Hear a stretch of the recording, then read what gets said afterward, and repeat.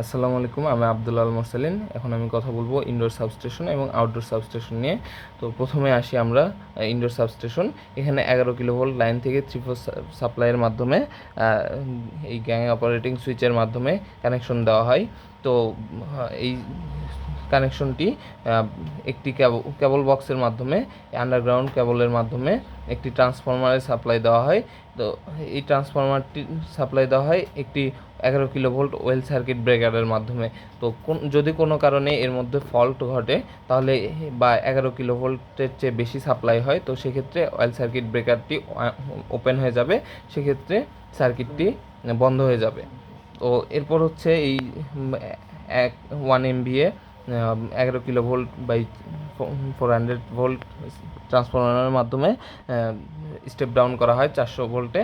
তারপর একটি oil circuit ব্রেকারের মাধ্যমে একটি 400 ভোল্ট বাসবারে কানেকশন দেওয়া হয়।